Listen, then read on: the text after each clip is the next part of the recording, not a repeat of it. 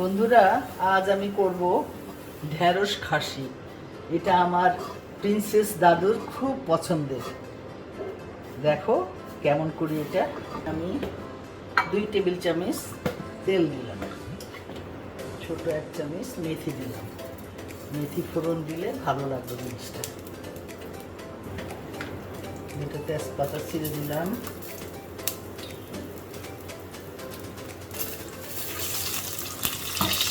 চুলার জালটা এমন অবস্থা হয়েছে, ঠাস করে পড়ে যায়।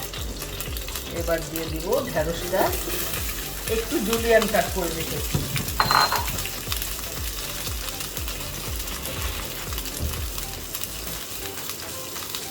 লবণ দিয়ে এটাকে ভেজে নিব। 1 চামচ আদা বাটা, আদা রসুন পেস্ট, 1/2 চামচের কম হলুদের গুঁড়ো, 1/2 চামচের কম মরিচের গুঁড়ো,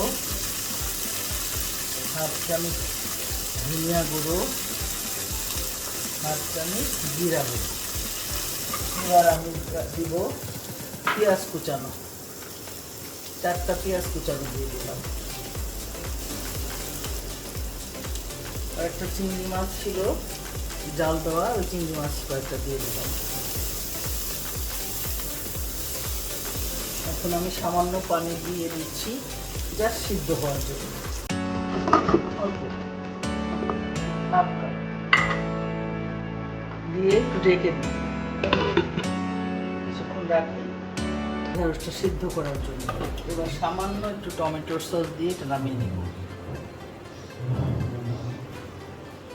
তেজপাতা উঠিয়ে ফেলি। এবার আমি কয়েকটা কাঁচামরিচ ফালি করে রেখেছিলাম, এইটা দিয়ে দিচ্ছি।